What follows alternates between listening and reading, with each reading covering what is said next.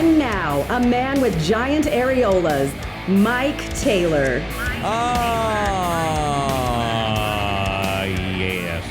Yes. How you boys doing? It is Ass Whip Tuesday. Boy, is it ever, and I've got ass whippage abounding. I have had a lot of run-ins with a lot of dumbass things and people, and so today we're going to have a bitch fest of a Tuesday that is Ass Whip Tuesday.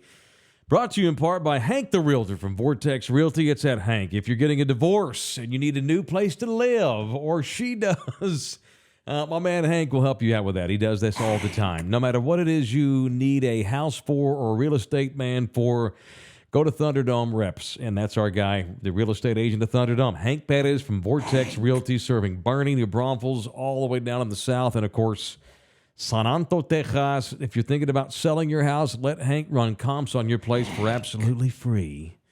And you, too, might benefit from Thunderdome hookups in the form of Hank, the real estate agent of note, the real estate agent of Thunderdome. If you need a real estate agent, call Hank. His name is Hank. Okay, and he brings to us Ass Whip Tuesday. I don't really have one. I have like 5. I may not even have time to get to them all. So I'll just go. Traffic. You know, traffic's always been horrible in this city, but it's being made worse by all the construction that I bitched about for, a year ad nauseum on this show. You cannot go, based on where I live, well, not even just based on where I live, anywhere in this town. Even if I need to go downtown or I need to go to the south side for something, there's not one route, not one, where you don't see construction. Or you don't have to go around it or wait. Every effing corner of this town is under construction, and it is a massive ass whip, and it has led to, and we have a lot of bad drivers anyway. Then when you throw the traffic out there, it just makes it even more dangerous because of the dumbass drivers that we have in this town. One of the things that pisses me off are people that try to be courteous in traffic. This happened to me yesterday or maybe Sunday or something like this. It's like, if you're going to be courteous and let me turn in front of you, that's great, and I appreciate that, but I'm not going to turn in front of you if there's a lane next to you with cars also in it. You know what I'm saying? You ever get some jackass that'll try to slow down so you can turn left or turn right? Yeah, you got to be real careful and inch up your nose a little bit and hope that the other lane that you can't even see, that there's no traffic flying by that's going to just, sideswipe. Correct. And look, people are trying to be courteous, but you're creating a dangerous situation. And also, by the way, you're breaking the law. You're not supposed to just let folks in anywhere. Don't do that. It's an ass whip. It happens all the time. I do appreciate the effort, though. And sometimes it does help. That's fine. But what I got the other day was a guy slows down. I had my signal on to go left. I needed to pull into a parking lot, right? And so he slows down for me and he puts his finger up like, go ahead, And I look at him, but to his right, it was a 2-lane road coming at me. And there was a car zooming down the other lane. And he's like looking at me like, go ahead, buddy. I'm like, and I put my hand up like, wait a minute. And he puts his hands up like, why? He was like calling me an ass. He's like, hey, fucker. And all of a sudden that other car just goes, zoom, just goes blasting by him. Yeah, if you had got hit, he'd be out real quick. He'd be like, oh, I didn't tell him to go. Exactly. Yeah, so even when people are being courteous, they're being dumbasses in this town with the bad driving. Don't let me in if it creates a dangerous situation. What if that car hits me and I get careened into you? Let me in if it's safe to do so. Here's the other thing. You ever get into you ever try to let somebody in, but they wave, no, you go. And then you're like, well, no, you go. No, you go. You ever had one of those situations too? Yeah, like a 4-way stop. Yeah, and then you both wind up going. Yeah, and you both exactly. Oh my God, it's an ass whip. Oh my God. Yeah, oh my God. Hesitation at the 4-way stop is an ass whip. Yeah, because they're trying to be courteous. You're like, no, you were there. Like the other day, happened to me the other day. Like a guy was clearly there one tick before me. So yeah, it's all good. You go, bro. But he puts his hand up like, go ahead. And I'm like, okay. And I guess I didn't do it fast enough. So I start going, and then he goes, fucker, if you're going to let me go, then let me go. Don't take off because it took me too long. It's a beat down. That's mine today. Do you have an ass? I have a few, but I wanted to see if you had one before we move on. Yeah, the YouTube algorithm is an ass whip. Okay, explain that to me. So, and explain that to me if I were a 5-year-old. Well, basically, we have our first 18 and up restricted video thanks to the YouTube algorithm. Really? Yes. Okay. Our episode where we show the boat dock fight in Alabama. Okay. That episode has been marked as only viewable for 18 and up. That's viewers. Been on every newscast in the country. And the reason they gave is because we're sensationalizing violence. Well, we did do that. Yeah, we did. We were laughing. Bit. We were laughing during bit. that. LG's. So the other day, most of y'all have probably seen this, the big brawl between the whites and the blacks in Alabama on the boat dock the other day. God almighty. We ran some of that and did commentary. So first of all, I did not know that YouTube had an 18 and up restriction mechanism. They do. They have a little thing that you can voluntarily mark it like that, but I appealed it, and so they had somebody manually review it. Yeah. And they came to the same conclusion that we can't have kids watching this video. Appeal denied. Okay, because we sensationalized. It was funny. But no one got killed. We can talk about bananas and vaginas all we want. Sure, we Yeah, can talk that's about all good. we can talk about your favorite red light district in Tokyo that you've been to many times over. I mean, but we can't talk about a fight. Shinjuku, there's a lot of things to see there, like the Shinjuku. Godzilla statue, and the Sega arcade used to be there, but it's been closed. Well, yeah, you see that on the way out, leaving the brothel, right? It's a good view Yeah, when you they're open on the the door. same street. Yes, you open up the they're on door the at same 5 street. a.m. as the sun's coming up. If there's Nigerians in the street waving you into a building in downtown Tokyo, you're in the wrong neighborhood. Oh wait, they're just Nigerians. Yeah, they're like the muscle men for the Yakuza. No shit. Yeah. Huh.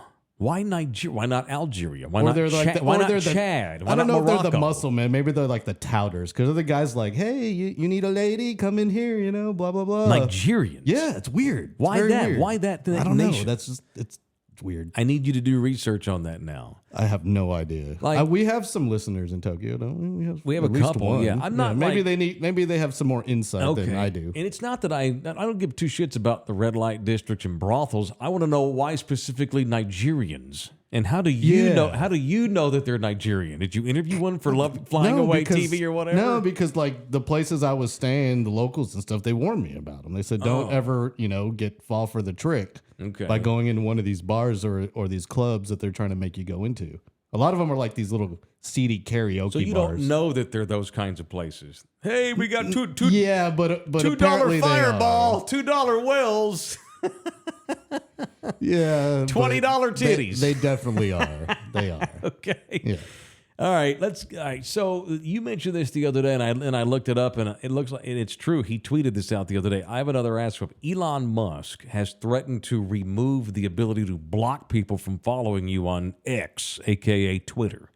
Is he goofing like Elon tends to do, or is he actually going to fire that off where I can't Apparently block he's people? already backpedaled on that and said that he didn't mean he'll take a vote next time he makes changes. Oh, and he realizes also, it was dumb. Well, it's also come out that it's against the terms of the Apple App Store and the Google Play Store. Oh, good. He's just throwing shit out. Yeah, social media apps have to have a block feature. Okay, he's just throwing shit out. Yeah. Okay. Yeah, he's just being old Elmo. Yeah, I seriously had they because he was threatening to get away from. He was going to take the block mechanism away. And look, I don't block a lot of people. If I blocked you, then you had it coming.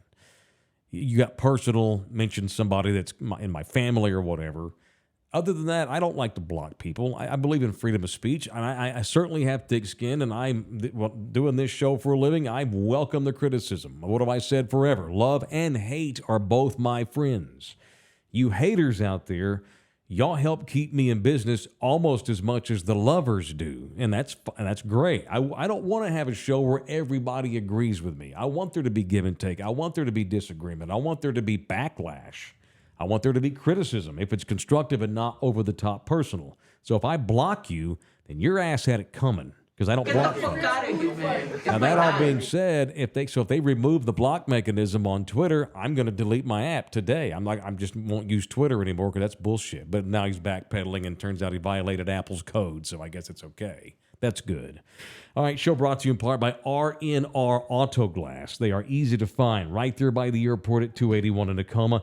It does not matter what your insurance is, they take it. They are also locally owned and operated by San Antonio people, and they're super fast. No matter what it is you need done in there, they'll get you in and out today. It's R&R Auto Glass right there by the airport at 281 in Tacoma, and make sure you mention me, mention old Tyler, and get yourself the Taylor Especial. They will give you a discount on all jobs they do in fixing glass. The only place to get glass fixed in San Antonio, Texas, is Poodle San Antonio's and Thunderdome's own R&R Auto Glass. Have you seen that taxidermy place that's like across the street from R&R Auto Glass?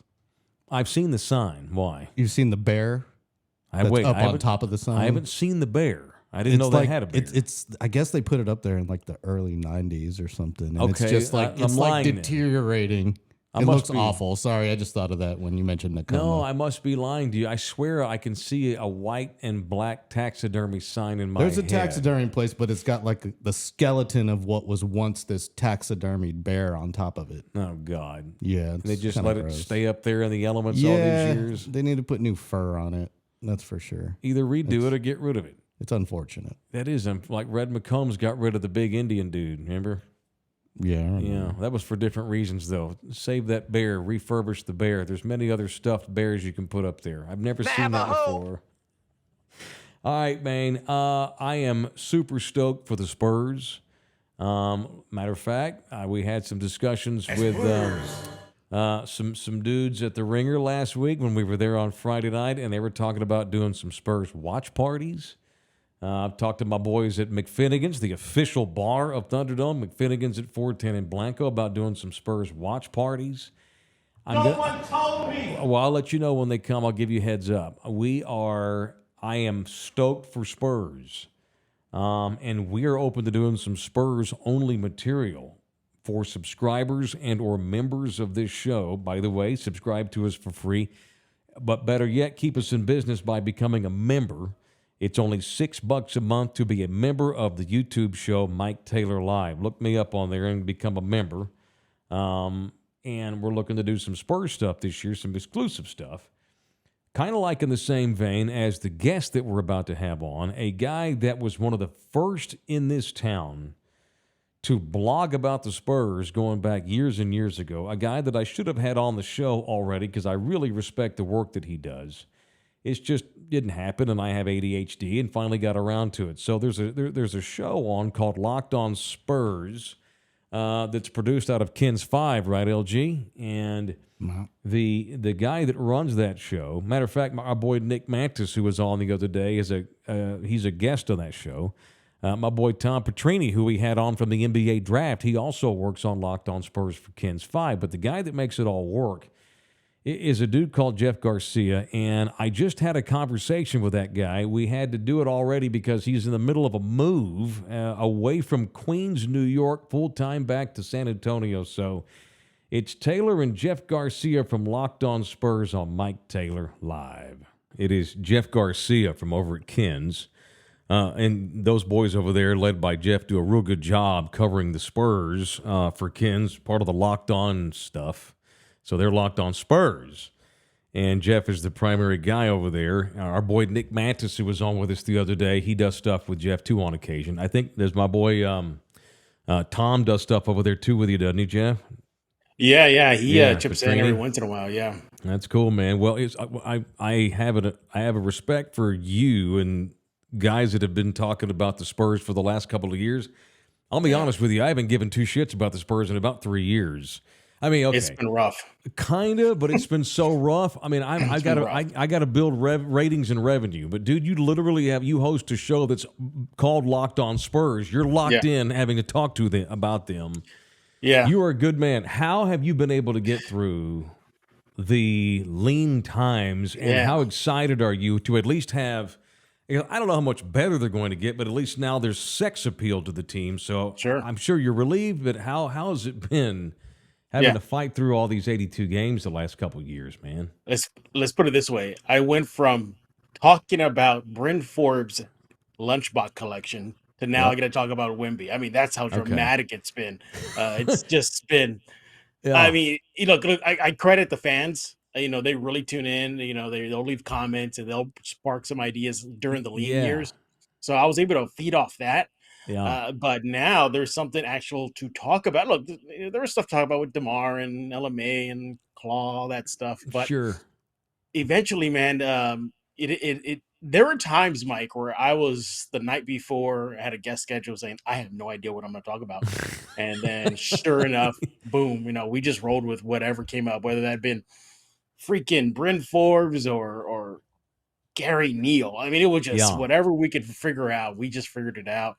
And now with Wemby coming on and these kids, I'm excited. I am very excited. I think you're right. You nailed it on the head. They're not rolling into the championship next season or the Western Conference playoffs, but they'll be competitive, a lot more competitive than what we saw because we know what they were doing last year. Right. And I've always said, look, it's okay. I get it that at some point, all the dudes on this T-shirt are going to be gone, and you're going to have to restart. And that's fine. I get that, but just try I just need some entertainment value, and that's not a shot at what they've done. I mean, geez, the process that Brian Wright has led with Pop has been genius to even have them have a chance to even get Wembanyama. So it's all been a mad scientist plan. It just didn't entertain me at all. So, I mean, I can imagine you trying to come up with stuff every night. Shit, on the old radio show, I didn't have to talk about them every day, but even I thought, well, hell, I haven't done a Spurs segment in a week. Yeah. Let me just look at Keldon Johnson's Twitter feed. Okay. Oh, okay. He bought a car. Basically. Okay. Oh, okay. Yeah. He ate at this restaurant. That was my Spurs talk. Keldon Johnson ate at this Thai restaurant on the north side because there wasn't what the hell else were you going to get into? By the way, where the hell's Gary? You mentioned Gary Neal. Where is Gary Neal? Is he still in the league or is he playing overseas? I think he's coaching somewhere. Really? I think. I'm gonna look this up. I think. Right. Yeah, coaching. I think he was coaching. Okay, well, I'll look it up. I'll look it up in a minute. But anyway, yeah. That's crazy. I haven't thought about that name in forever. Whatever happened to Roger Mason Jr., another spare that Pop turned into a good player? He was with the Big Three League for a while. He helped start that out. And a funny story about that, I went to a Big Three game out in New York City. And I, San Antonio guy, so I brought up, his San Antonio days. Yeah. And at that point, he was so desperate for star power, and Tim Duncan was ready towards the end of his career. He was like, whatever you can do to bring me Tim Duncan to the Big Three League, I will hire you on the spot. I said, it ain't going to happen, Roger. That's not going to happen at all. So we can move past that. Yeah. No, then there's no chance that was going to happen. I'm still shocked Tim even decided to babysit the bench as a coach for the season that he did. I couldn't believe he did that. Gary Neal is currently teaching social studies and coaching at Calvert Hall College High School in Maryland. I knew it. Yeah. Okay. Yeah. He's coaching high school ball. And he's teaching? Social studies. He must not have. Wait, he made too much money to have to teach too, unless that was just part of the gig where he had to and he wants to. I would think he's not. Well, it's his former high school, so maybe there's something. Maybe he just there. wants to. Okay, well all right, that's fine. I get it. I would just coach and not deal with the shitbag kids, but maybe that says something about me. Okay, dude. Whenever I have guys on, we'll talk about the team and stuff. I like to get to know guys a little bit, especially guys that I've not met. How did you get this gig? You said you're in San Antonio. You're a San Antonio dude. Yeah. Tell us the road to glory that is host of Locked On Spurs. All right. Well, it started about early 2000s, and that was the beginning. The early 2000s was the beginning of that wave of fan bloggers. That was the start of it. That's when it, really was picking up steam. It was a thing now. Where guys like Bill Simmons started out that way. People you see now on ESPN, they started as bloggers. Who does that show? There's a show on ESPN. I forgot the name of it right now. But this guy, he used to live next to me. We would party, and I remembered him as a blogger. God, I'm going to remember his name after this show. Watch, that's what's going to happen. Okay. So I was part of that initial wave, and I started out with a fan blog. That was based out in San Antonio. Mm-hmm. And mind you, since early 2000s to now, I've been splitting residences. I have an apartment in San Antonio and I have an apartment in New York City. You So do? Okay. Interesting. yeah, I do. Yeah. Okay. Cool. So Wait a minute. Do I you rent the based thing out? Do you ever rent it out? no, no, no, no. I don't. That's mine. I don't trust people. Oh shit. Okay. Never I mind. don't Okay. trust My bad. people. Okay. I I was don't. gonna hit No. you up. That's fine. Keep going. Okay. Cool. No, but the point is like, but being based out in New York City really Yeah. helped me, network, get Sure. going. Yeah. Um, so started meeting people in Boston, started meeting people in New York, started meeting Mm-hmm. people various places, but kind of stuck at the fan blog for a while. Then my former home, which was News for San Antonio, they were looking to beef up their the Spurs coverage. So they reached out to me and the person that co-founded the fan site called Project Spurs, Mm-hmm. Mike DeLeon. Now he passed away now, Right. but he and I started that, Yep. and News 4 started seeing that. So they said, "Hey, can y'all two, we'll do a link share, put a little snippet of your article, we'll link it back to you guys." Perfect. So we started going to that. Then it turned into, "Hey, we're looking to start a fan TV web-based show. Can y'all two come and host it?" Mm-hmm. Ultimately, me and Mike, we had a falling out. It didn't work out, and I was ushered out. And News 4, You lost that battle. Mike won. Mike won that one, yeah. But they always say there's a silver lining. Sure. News 4 found out. So Sinclair found out. Okay. And Sinclair then goes, "Hey, perfect. Why don't we just bring you on board? This will be your show to host. You will become our Spurs beat writer. You will take it on now." Mm-hmm. So for 7 years, I was with News for San Antonio, Sinclair. So honing my chops. I thought of it more like in like a good foundation. Really learned trial by fire. I remember one year I got in trouble with HEB because some fan faked out that they were selling LMA jerseys for 10 cents, and they just placed it and they took a picture of it, and I thought that was real. So Oh. so HEB finds out, and they Yeah. contact Sinclair, and then my boss gets on me like, "Hey, you're about to have a learning lesson right now." So Well, that's kind of, what a bunch of people probably call that HEB, wanting to know, hey, I yeah, want my shirt. Where are these 10 yeah, cent yeah. shirts at? It pissed Yeah, HEB off something awful. You yeah, created a headache for some middle managers. What happened? Probably. yeah, I did, and so took those lumps. I mean, Yeah. took some bad pitfalls, but I'll never forget my time there at News 4. They were the ones that gave me my first break. Mm-hmm. So 7 years I was with them. Out of the blue, Mike, one day we have the boss of the boss of the bosses, the head honcho of Tegna, gets a hold of me. I don't know how he Mm-hmm. got a hold of me. He Mm-hmm. found my number. He sends me a text, Well, you're doing a and he good goes, job. That's the number "Yeah, one reason why I got a hold of you, yeah, because you're doing well anyway. yeah." Okay. So, well, thank you for that. I appreciate that. Sure. But and throughout that time, I was hired on by Locked On, and at that time, Locked On had nothing to do with News 4 at all. It was Mm-hmm. just independent thing. News 4 just did me the courtesy. They go, "Hey, well, you can use our platform for it, but just make it very clear we have nothing to do with that." Yeah. So doing that, so we have News 4, we got Locked On Spurs. So going, years passing. During that time, Tegna then buys the Locked On network. So they buy it. They buy it outright. So it's now their property. But I'm with News 4 still. Yeah. So kind of made it kind of like a wall, okay, fine, I'll never mention News 4 on a Tegna owned property. Right. Keep it there separate. Yeah.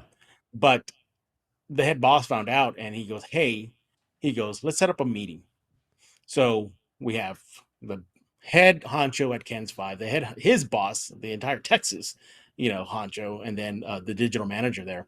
So ultimately, during the chit chat, I kind of get right to it. I go, "So why am I on this Zoom call?" And then he goes, "Well, basically, we just interview. So what do we have to do to get you away from News 4? And Wow. tell us your price." And Damn, son. That's good. I was like, "Yeah." I said, "Whoa." So then the head honcho at Ken's Five summed it up. He goes, "Basically, Jeff, what you're doing over there, you're kicking our ass." He goes, "We can't compete with you. So whatever you're doing over there, just do it over here, and whatever they're paying you, we'll give you more." Wow, So, man. You know how rare um, that is to be sitting in your chair, dude? How rare yeah, that is? Yeah, that's yeah, badass. But yeah, it's a testament, because those managers, they see the work that you're putting in, and the results. That's what that is. So you should, Yeah. I mean, you should be proud of that, dude. Seriously. Yeah, yeah. Sitting on this chair, I never would have thought of like early 2000 fanboy blogger would have turned into this. You know, it's So, funny. It's so ironic because I think Yeah. I had actually just taken my radio gig from Dallas. I think it was the first year I want to say that I was in San Antonio. It was funny because Cuban threw a hissy fit because the Mavs were starting to allow bloggers I remember to cover that. The Mavericks pens, games, the And corrals. and Cuban's like, what are all these fucking bloggers doing at the games? I could just, that's my fake Cuban. And so Cuban banned bloggers from covering Yes, the I remember Mavs, that. and that created a remember that. shitstorm. And it's just funny as you're telling me your journey, Yeah. how it's gone from these are just dumbass teenage kids trying to get Mavs credentials. That's basically what he said, you know. And it's turned into now you got the head of Tegna, Texas, basically giving you a blank check, dude. That's kick ass, and it just goes to show how. And that's the beginning of how this whole world has changed. Radio's changed, TV, everything. I mean, look at me. I'm doing my own thing now, you know. And it's just Congratulations on that too. Thank you, dude. Appreciate that. It started off with you boys blogging, man. It's like, okay, these are just fanboys, like you said, that just want to cover teams. But okay, and maybe a lot of them were just fanboys, but in that big pie, you're going to get some people that are actually know what they're doing. Like you probably never get discovered. You never wind up. You're in television. You're a television journalist, broadcaster. That probably does not happen if people just don't start recognizing that these aren't just a bunch of spare guys that want to get into the games free. Some of these guys are legit, and that was you. So that's a pretty good story. And by the way, that ESPN report I was mentioning earlier that started off as a blogger, Zach Lowe. Zach Lowe. Wait, you live next door to Zach in New York? Yeah. In New York, Okay, he used to live next to interesting, me. He was just down to the neighborhood down the way. Yeah. So there was like your prime example of somebody really taking off from a blogging platform into what he is now. Right. So, look, the Spurs were kind of resistant too. You know, they didn't go as far as Cuban, but back when the blog stratosphere was knocking on the door, the Spurs were really reluctant to. I remember we had to make a pitch to them. We had to like really put up our best foot forward with them. Sure. And I remember the day where they emailed us to let us know, like, okay, fine, y'all can come. I was in New York City at Rucker Park. Team USA was there to play an exhibition game against Team Brazil. Wow. And a young Thiago Splitter was on the court. And to this day, the one thing I regret, by the way, I was very happy when they gave us the news, but the one, if above all that, I regret was dropping the ball on possibly interviewing Michael Jordan. Oh, hell. He was right behind me the entire game. Just watching the game. Just watching. He was going to be like a halftime, chit chat and all this stuff. Yeah. Wow. So, but nevertheless, yeah. Now you look at the whole thing and I mean, from that to now having a very good relationship with the Spurs, cool. To Tegna. I mean, Mike. I mean, the boss of Tegna was on a Zoom call with me, and I still look. Even that moment, Mike, I was still in disbelief, because I'm like, what the hell are we doing? Why are we having this conversation, everybody? And then they just said it, and and opportunities pop up left and right from that. You get friends and family saying, "Was I just see you on TV?" Like, yeah, that was me. Or hey, just the Spurs reaching out like, hey, do you want to help us break some news? So whether it be in their G League system, whether that be a couple years ago, they did a partnership with a e-gaming company out in Austin. They go, well, can you help us do with that? So from getting the cold shoulder to now being really relied on to disseminate information. I mean, it's just crazy. Cool. Well, dude, you've paid dues for sure. And you, like I said, you earned it. And so hopefully the Spurs will reward you by actually being worth the shit in the next couple of years, which I think they're going to. So now we've got Wemby in here. You'll probably get more viewers just based on that, whether they're good or not. Which and I'm you want a trick here, Mike? Yeah, go just for it. Just put Wembanyama in your title on YouTube. That's it. Even if you don't talk about him, just put it in there. Yeah, absolutely. I just started writing columns for Sports Illustrated. Yeah, and I try to write about Wemby every damn or at least every other thing until they call me out on, hey man, you've written 4 straight Wemby pieces. Can we get something on Keldon Johnson? Well, no, not if you want more clicks, no, but sure, if you're the boss, I'll do it. Yeah. It's funny guys, we're talking about this because now I'm bloggers went through hell just trying to get the opportunity to cover. I've always had credentials through iHeartRadio and Clear Channel before that. Are they going to we're just a podcaster. I'm a podcaster now, technically. Am I going to get credentials this year? I better, or I'm going to bitch. I'm going to lead a brigade of podcasters in there and demand that we all get credentialed at the Spurs games, which they're going to be a huge demand of because of Wembanyama. All right, man. So what's your in the couple of months since we've had him now?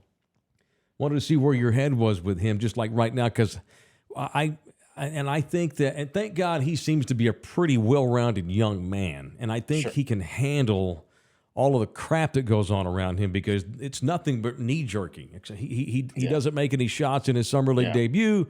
Oh, he's awful. The Spurs are going to rue the day. He's going to be the biggest bust in history. And then he has a really good night the next night. Oh, my God, he's everything everybody ever could have ever dreamed. He's Tim Duncan reincarnated.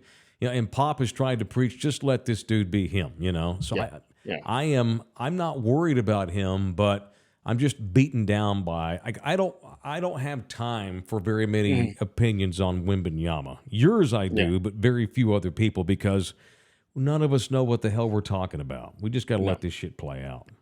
And that's where I'm at right now. I hear the hype. I read the hype. I'm excited. Now I got to see the hype now. Right. Now I got to see it now. That's where I'm at now. Yeah. I'm like, sure, we have a sample size, 2 games in the Summer League. Sure, we have a sample size in the French League. And we got a lot of people writing about them like you and everybody else. I got to see the product now. Let's just see it. Let's just see it. And look, is he going to stumble? Of course he is. Is he going to get dunked on and be replayed tons of times? Sure, it's going to happen. Going to get crossed over and get dropped to the floor. That's going to happen. Sure. But we have to keep in mind he's a teenager. And that's what I kept in my mind when I got to talk to him after the draft, when he put that draft day cap on out in Brooklyn.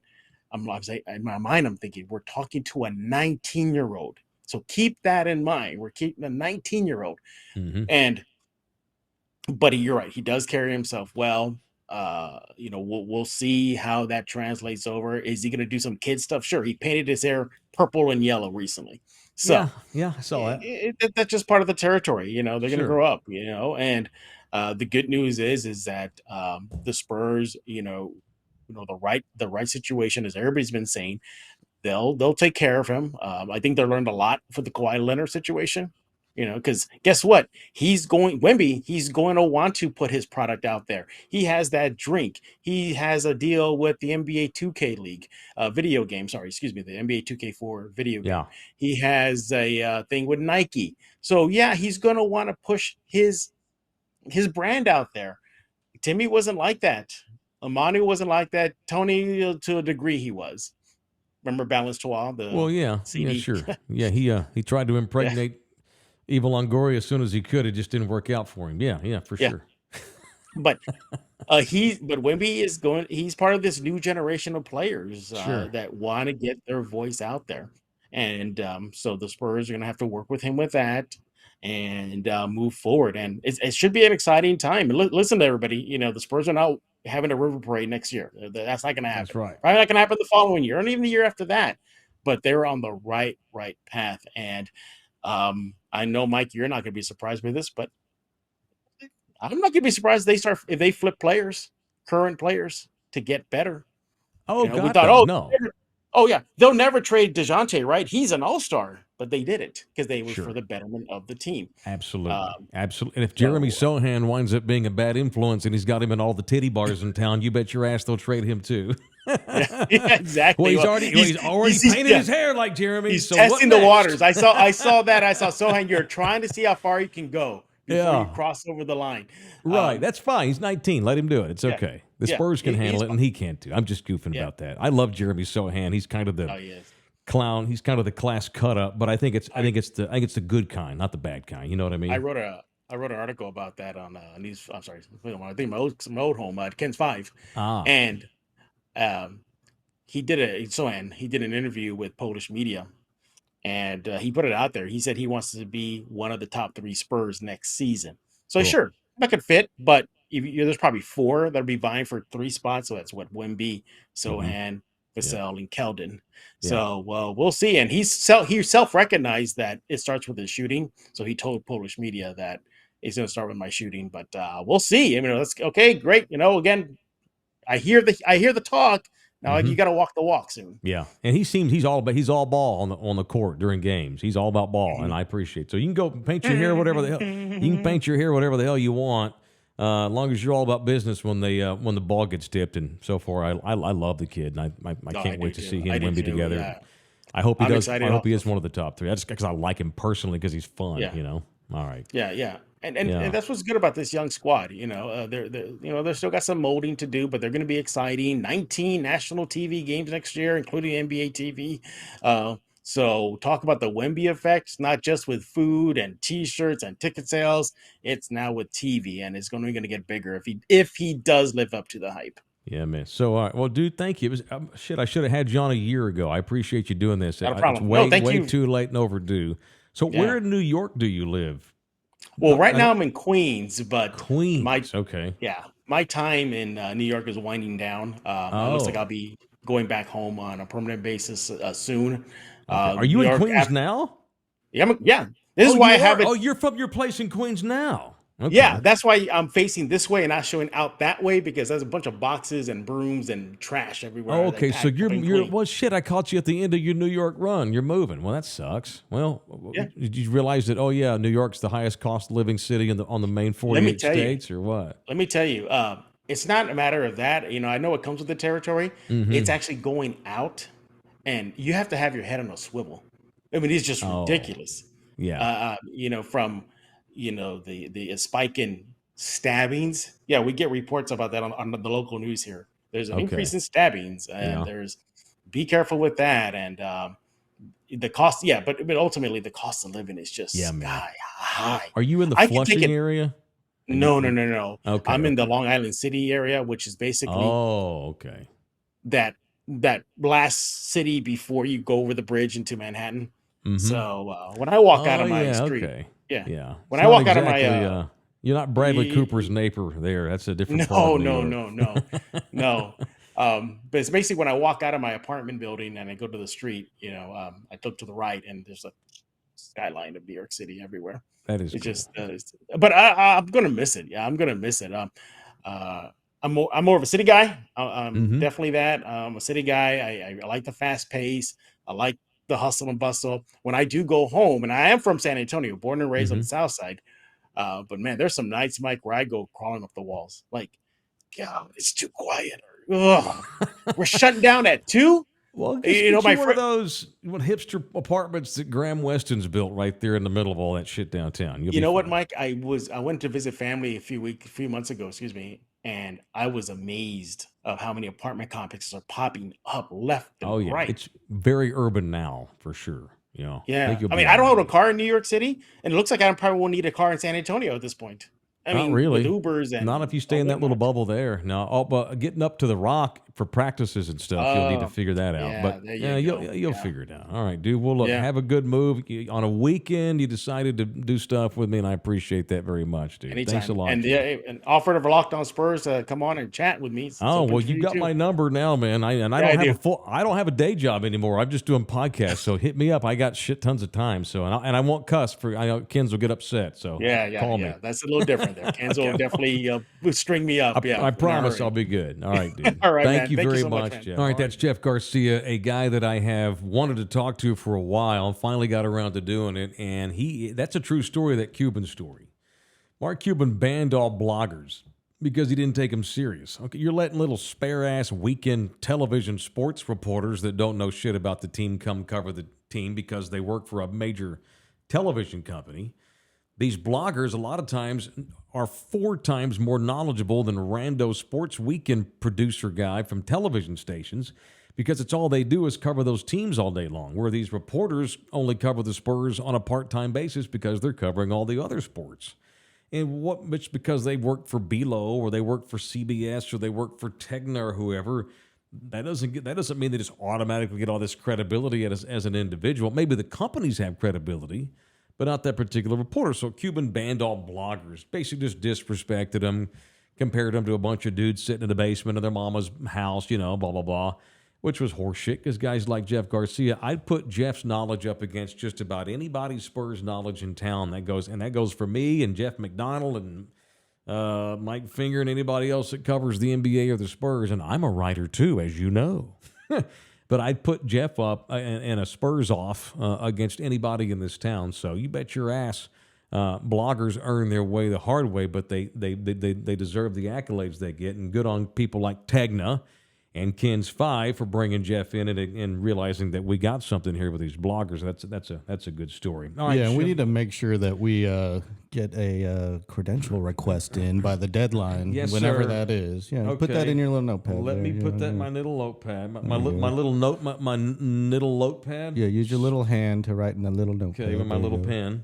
There you Spurs go. credentials request.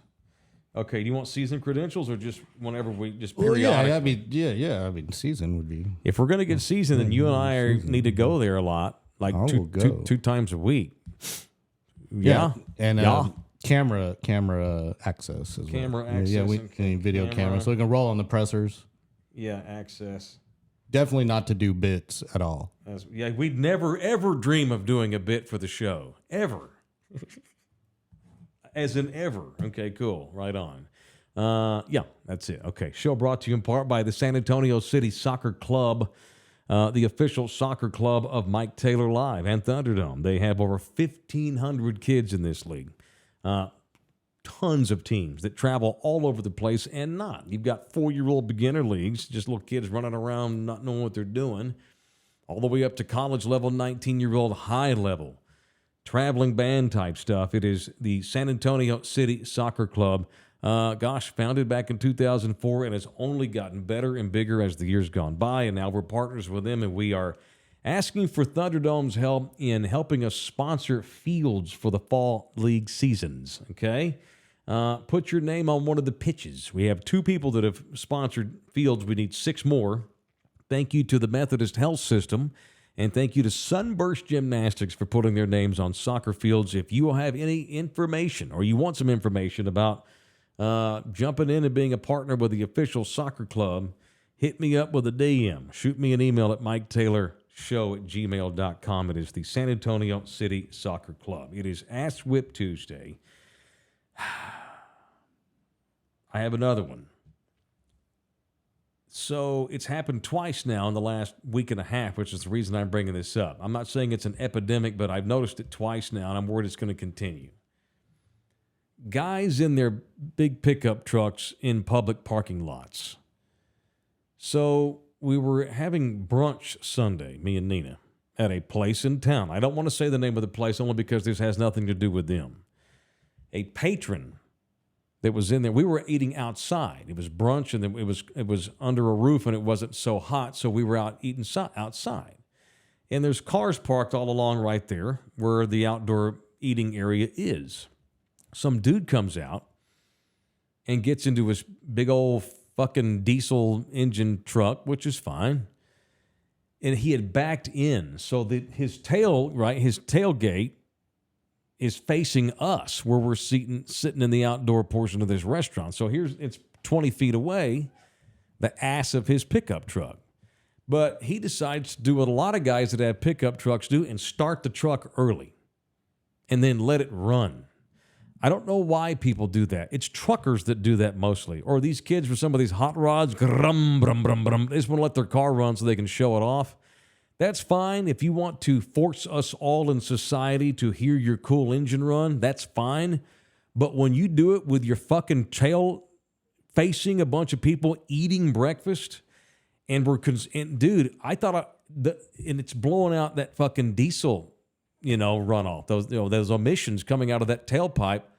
It's just it smoked all of us out. There were probably 4 or 5 couples there having brunch, and this guy just has his truck running, and it's just, I thought I was going to die of poisoning. I just like staring at the guy. He's just sitting in his cab fucking around on his phone while his truck's running, and he has no clue this is happening. I'm not saying he did it on purpose. He's just a dumbass, and he didn't think about it.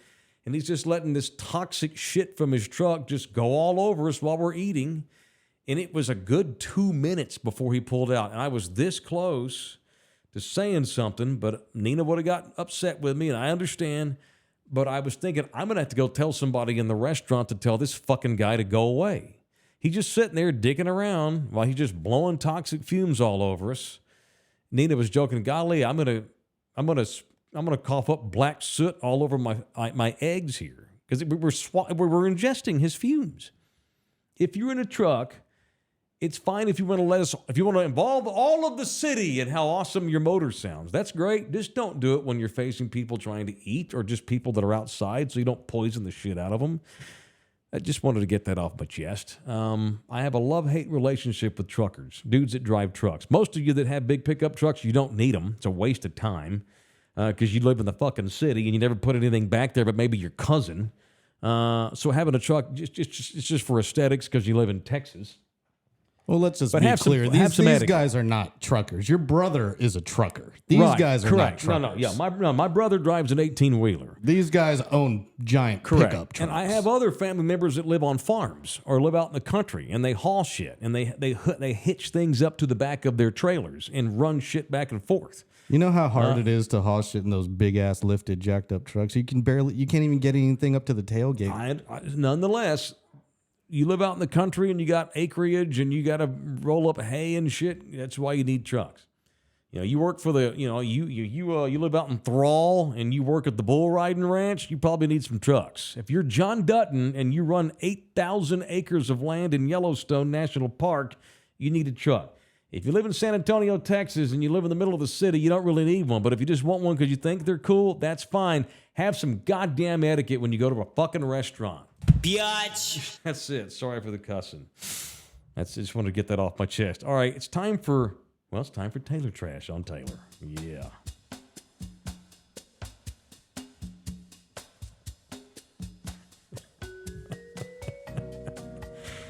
We have these problems we have because of all the construction and all the people moving into this town.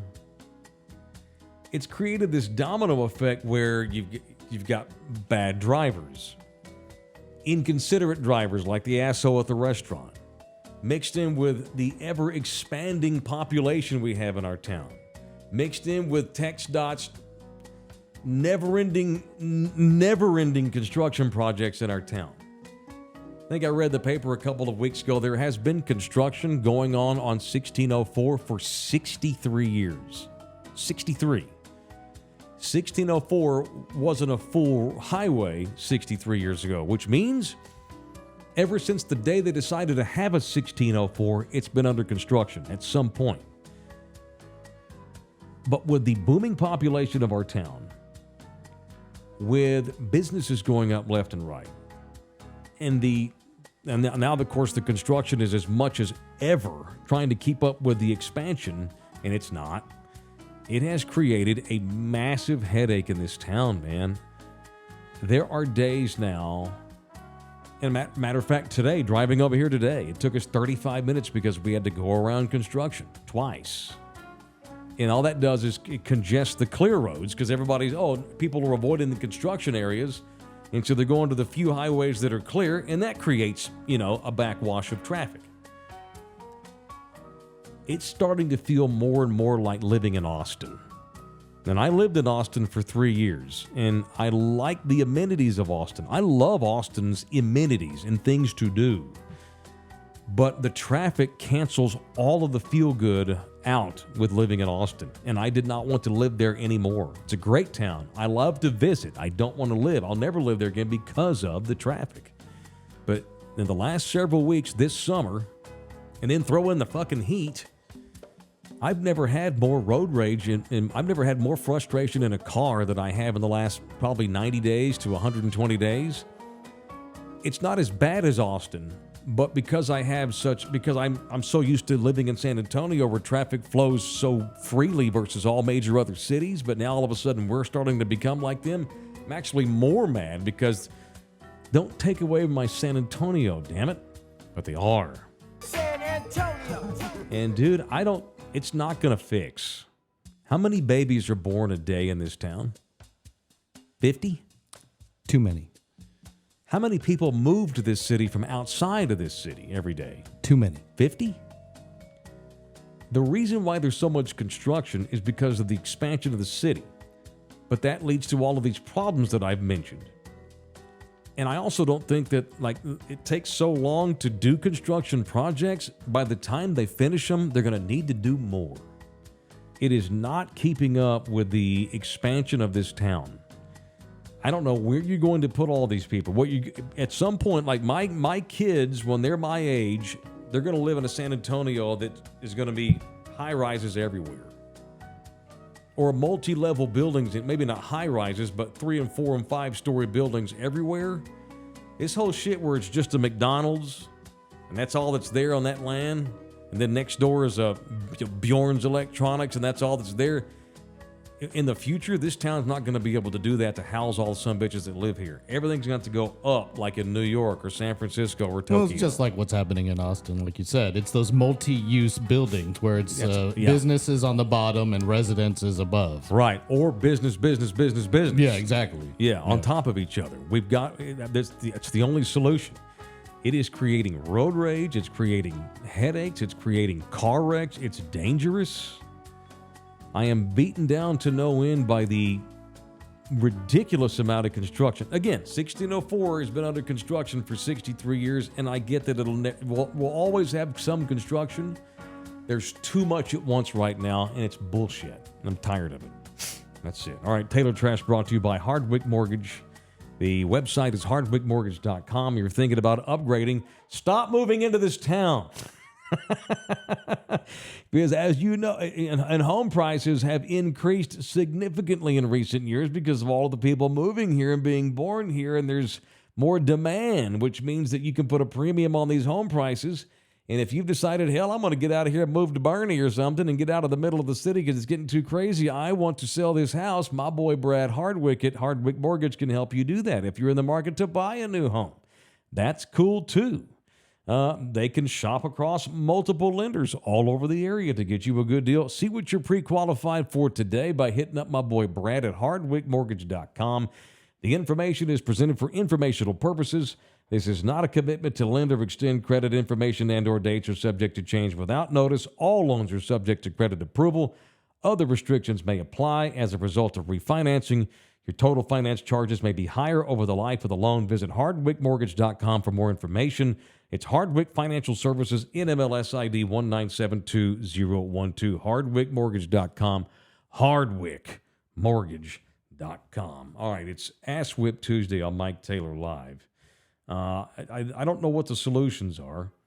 You can't tell people not to move here. You can't ban people from moving in. You can't make people stop having children, although I've argued for forced castration for years. I think you ought to make a chick who won't stop having kids illegitimately and she's a menace to society. She ought to be able to force to have a damn hysterectomy or something. There's no solution. There's no solution. The way the city was planned and built, there's no solution. The solution is to rely less on cars.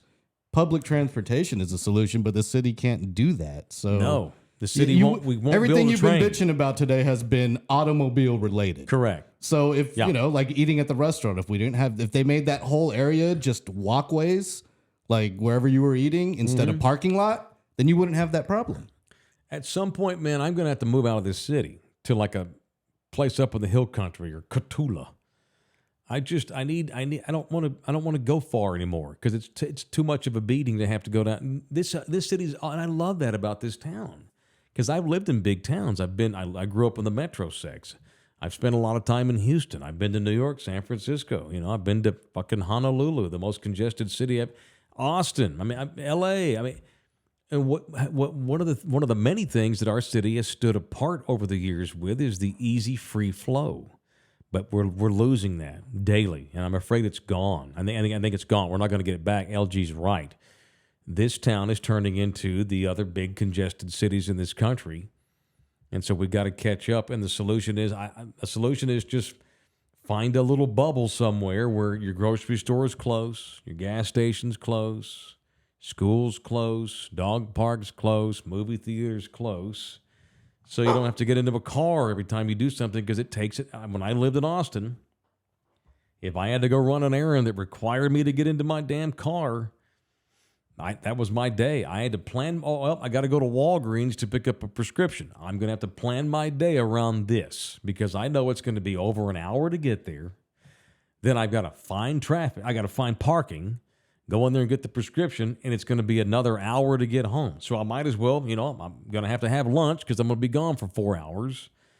Is there another errand that I might be able to run on that side of the town since I've got to go over there? Things like you literally have to split. Your whole day is based around a trip to Walmart. That's how bad it is in Austin, or it certainly was when I was there, probably the same, if not worse.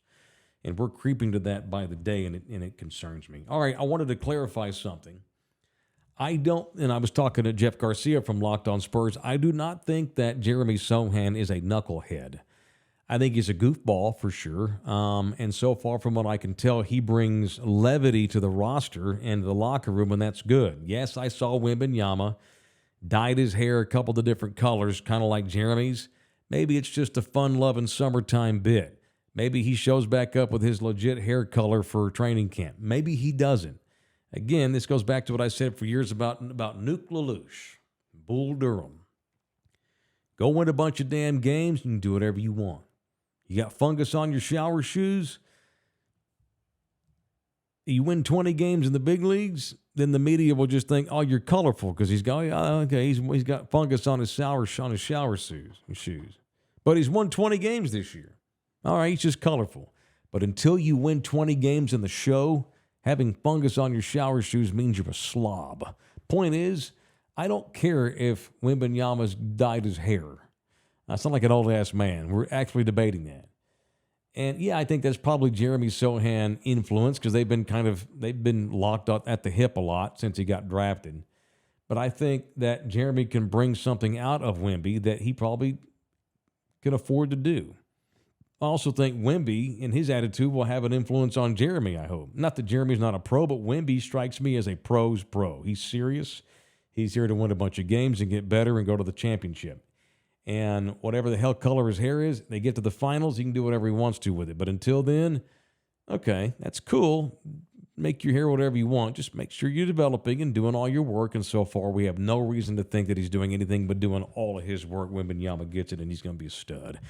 All right, just stay out of them bars as much as you can. But if you do go to the bar, when you're 21, of course, you ain't 21, make sure you mix. You're going to have some vodka, mix it with that Live Oak vodka. Live Oak vodka, the official vodka of Thunderdome.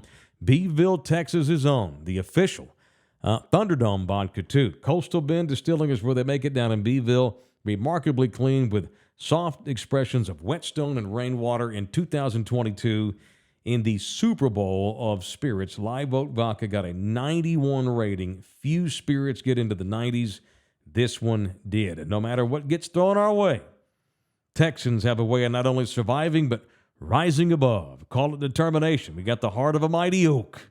We survive the torrential winds of hurricanes that sweep the coastal bend. We provide shade and shelter to those in need. We stand firm and true to our values, knowing that our legacy will be passed down from generation to generation.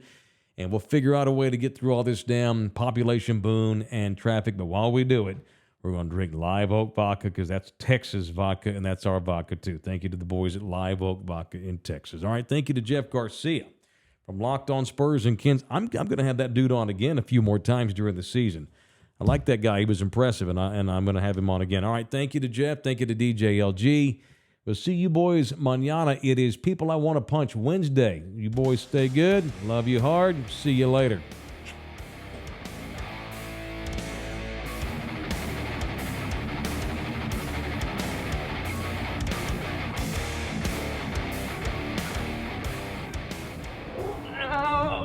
Come back, you puppy! This program was made possible by contributions from viewers and listeners like you. Thank you.